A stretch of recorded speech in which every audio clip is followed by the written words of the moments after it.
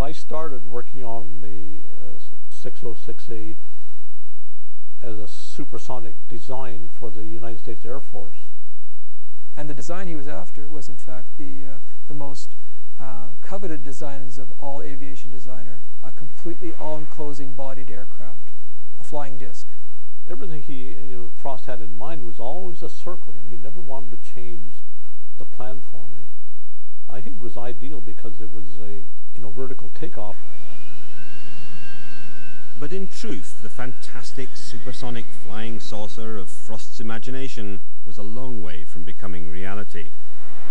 His design was one of the purest uses of the Coanda, or flying saucer effect yet, and had 6 powerful jets which sucked the air over the saucer shape. These provided the saucer with its lift and its maneuverability. But testing this craft and its 6 powerful jets was not going to be easy or safe. Ray Takuchi was put in charge of building a full-scale test rig. And it was just a 6-sided shape, and then we put we built the rig on top of it. I mean the inner portion of the 606A on there with the Viper engines and also the fan. Each rotating assembly is comprised of an upper and lower ring of compressor blades and a central ring of turbine blades.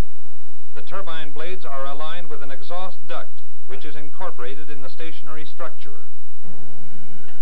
Each section houses an Armstrong-Siddeley Viper engine, which serves as a gas generator to drive a centrally located turbine compressor combination. It is in fact a full-size, full-scale aircraft built into a concrete building to be testing the engines and systems of what will in fact be Weapons Systems 606A. The saucers were supposed to have tremendous performance because the engine was huge. It was almost 30 feet in diameter, and it would have produced so much thrust that the aircraft could have taken off straight up and flown at 2,000 to 3,000 miles an hour according to their estimates. Air enters the compressor and after passing through the inner wing is discharged through a series of metered apertures. Then came the testing period. What they were trying to do was tie down one of the most powerful supersonic aircraft ever built. It was a daunting task. As a safety precaution during the operation of the rig, the rotor section is enclosed within a steel guard.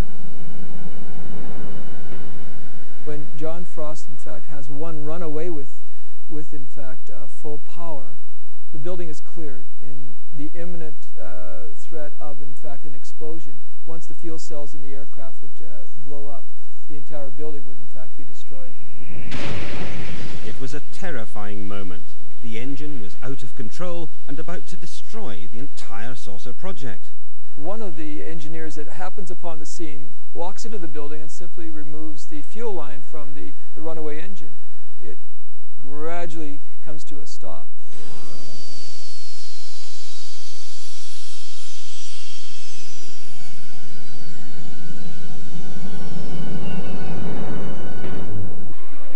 But things were also beginning to go badly wrong for the Avro Corporation itself. In 1959, its main conventional contract, a massive project to build a supersonic jet, the Arrow, was suddenly cancelled and the company went into financial meltdown. John Frost was removed from his own project. The maverick genius behind the Avro flying saucer left the company forever and moved with his family to New Zealand. But the American Air Force were far from happy. They still wanted a saucer, and if Avro wouldn't build it for them, they'd have it built themselves. John Frost's supersonic flying saucer, like so many others, was about to disappear into the blackest recesses of the American military machine.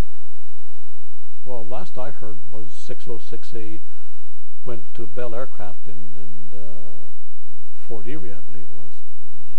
From then on, all that remained was rumours. In the years following the disappearance of Frost's saucer, sightings, many laughably unconvincing, continued to grow. But some turned out not to be a product of fevered imaginations at all. The CIA's U-2 spy plane was a classic black project.